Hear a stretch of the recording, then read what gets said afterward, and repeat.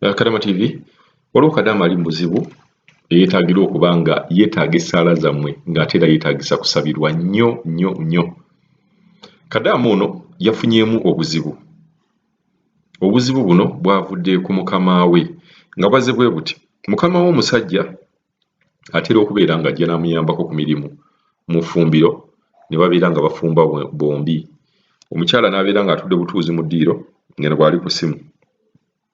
Omusajja bwe yaze atera okuyamba Kadama ng'ali mu ffumbiro n'aggyayo akabakuli oba ka container ka glass n'abeera nga bwe yagezezzaako kasaanukula ne kaatikayatika.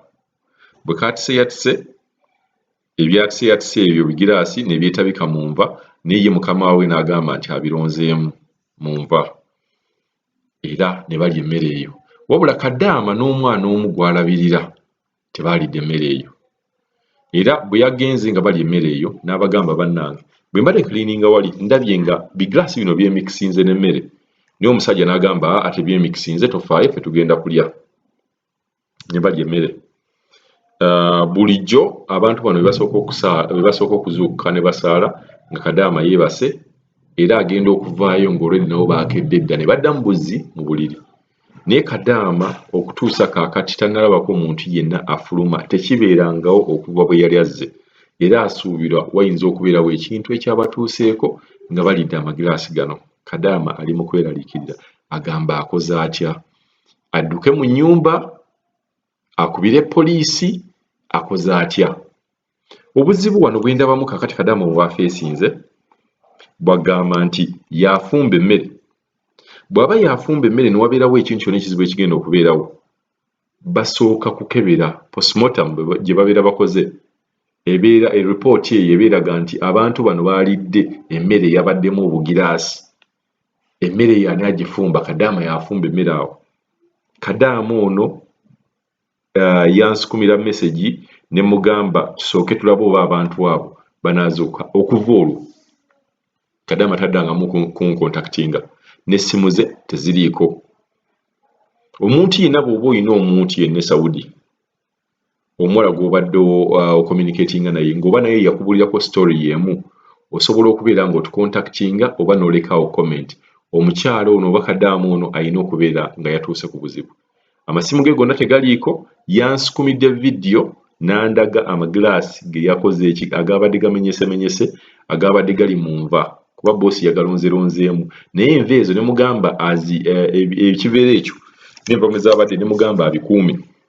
Tomanya gye bujja, ebintu biyinza okweyongera mu maaso ngera bwe manyi bigenda kweyongera mu maaso. Kadama ne babeera nga bamupiininga. Naye nga trust me Kadama ono ayinza okubeera kakati waali ng'ali mu buzibu. Amasimu ge gonna tegaliiko. Naye nga boosi yennyini boosi omusajja eyazze n'asaanukula ekintu ekyo ne kyatika ne balya. Ate nga mumanyi omuntu yenna bw'olya bugiraasi obwo bubeera bumementuse naye babeera babukuteredde mu mmere. Chances ze ez'okusurvivinga zibeera ntono. Naye Kadama agamba abantu tebazuukuka.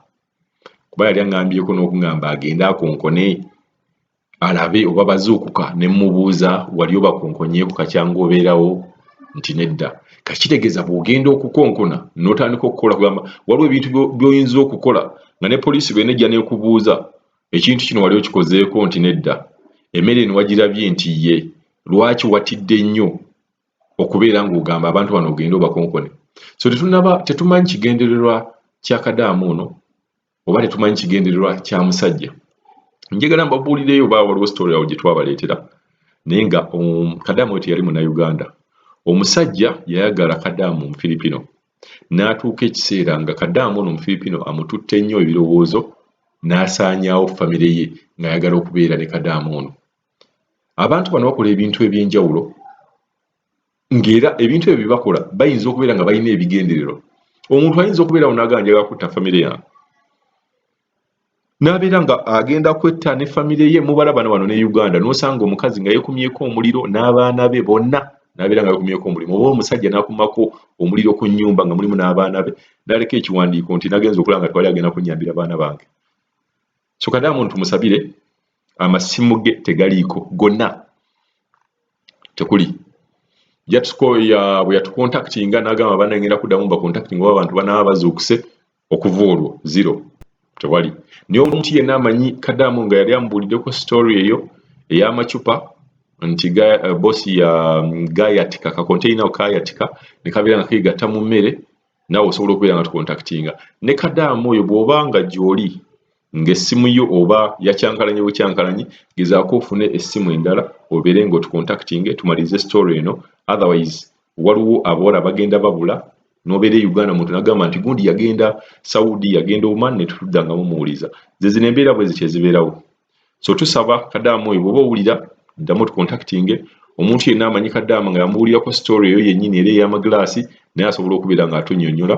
Bw'oba wakyusa essimu gezaako nga bw'osobola otukontaktinga. Otherwise tugenda kutandika okubeera nga tufollowinga this case. Njagala baplayingirako Kadamu voice note ze yatusukumira eziraga nti already obuzibu bwali bugguse. Bossi yali amaze okumenyaamenya glass zaali zimenyesemenyese ne zigenda mu mmere. Njagala owulirize bulungi nnyo story eno. Assalamu alaikum warahmatullahi wabarakatuh. Wasitotya ddiya kansubire ndi wasuze bulungi. Mr. Kadamu ninamu obuzibu simanyi oba buzibu bugenda kubeera buzibu tebugenda kubeera buzibu.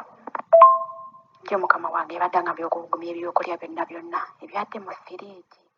Kakati nga mbumanyi bafumbafumba bino bisupusupu buli ssaawa kati olwo ebisupu byadde byasigalawo nga bibiri mwebiri. Omwami yayagala nnyo okugikola ki okunnyambako ku mirimu. Omukyala ye abeera ku ssimu kati mwami oyo yazze n'alaba nabiri nayagala obigatta wamu na zino endala kyokka oyabadde asandukula akaddiishe ng'egye buli bwa glasses ne kaatika kati ye yabiyoddewo ku gundi yabiyoddewo ku kawunta n'abigattamu naye zonna mutunuulidde ng'abigattamu.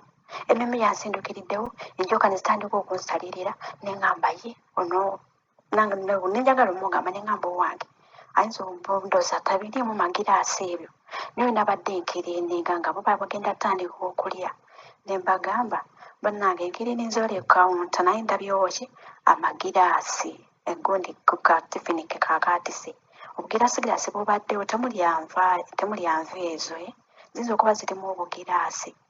Bannange bankubeko baŋŋambye muno temuli omwami yaŋŋambye muno temuli amagiraasi gadde gagudde wansi namugamba nedda ku kawunta nga nkutte ekitishu nga kuliko obugiraasi bungi ne mbubalaga bo baawaliza mpaka ne balya zisaalidde naye bivaako kati nabadde kale nga ndi bize era sitera kulira wamu nabo.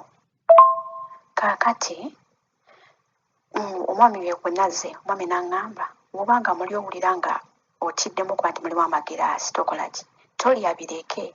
Nasanze babadde balina ebyokulya ebirala bye bakoze bye bantegekeddewo era omutima gwaganye okulira saalidde nanywedde mazzi ne neebaka ne mbivaako ebyo ebyokulya okwajjo. Naye walayi Mr. Kadamu antidde abantu ku makya tebazuukuse kusaala nakati sinnababbalabako nga bavayo nti babajje basaale olowooza amagiraasi ago tegaabasaze mu njoka. Mane Mr. Kadamu sooka ojja onzire mu mukwano simanyi nakijjakkola wakati bayinza obbatwala mu malwaliro ne bagamba nti oba nze yabakoze ebintu ebikyamu naye nze ne mutabani waabwe tetwalidde. Mutabani waabwe mulwadde yaganye okulya yalidde kale bintu birala naye nange saalidde ne mpulira nga nkankana mpulira nga ntidde kati neeboozamu bino ebigiraasi ebinebe ezaasigadde okuba nga nze yaŋŋambye nti watogenda birya bisuule nabadde sinaba bitwalayo mu kasasiro nga nabireseewo kati neeboozamu mbirekewo ng'obujulizi nkole ntya oba nkwateeka vidiyo waneno nkakuweereza simanyi nakumanya nkulaga engeri y'amagiraasi gonna agalimu. Bo bawalaze empaka ne balya naye nga mwabaddemu amagiraasi nga mangi wabula nze mpulira ntidde Mr. Kadamu jangu onziremu.